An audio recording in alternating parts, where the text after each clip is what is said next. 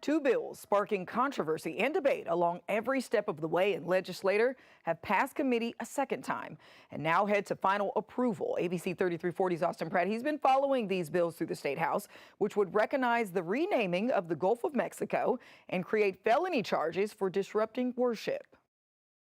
Both House Bill 2 and 363 had their share of debate on the House floor last week, but it was House Bill 2 which would see the renaming of the Gulf of Mexico to the Gulf of America, which saw relatively no resistance in committee today. As we know, the president issued an executive order to name the name Gulf of America. So then after that, it's been recognized by all the federal agencies. The bill would apply to state and local government entities and employees, as well as making reasonable effort to correct any old materials to the new name. A concern was raised the change could impact the knowledge of geographical history in the Gulf. It's an effort to not tell the whole story about history. And in this case, we are trying to rename the Gulf of Mexico, which was all a part of Mexico, and act like it didn't happen or it wasn't there. The bill was passed in committee mostly without issue or question. However, House Bill 363 saw extended debate. The bill would make it a Class C felony to disrupt a worship service. Tuesday, an issue was raised that had been brought up by lawmakers at every stage in the legislative process so far.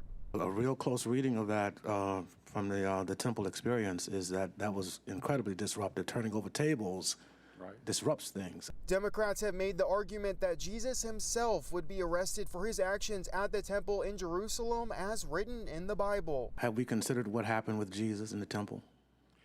Well, you know, I've been referred to that, and that has come up, and none of this is going to apply to Jesus and what he did. We don't know that. We don't know that. The bill's sponsor, Representative Greg Barnes, has said multiple times when this argument was brought up that Jesus' actions would not have fallen under the requirements of this bill. This bill actually is a church and religious protection bill.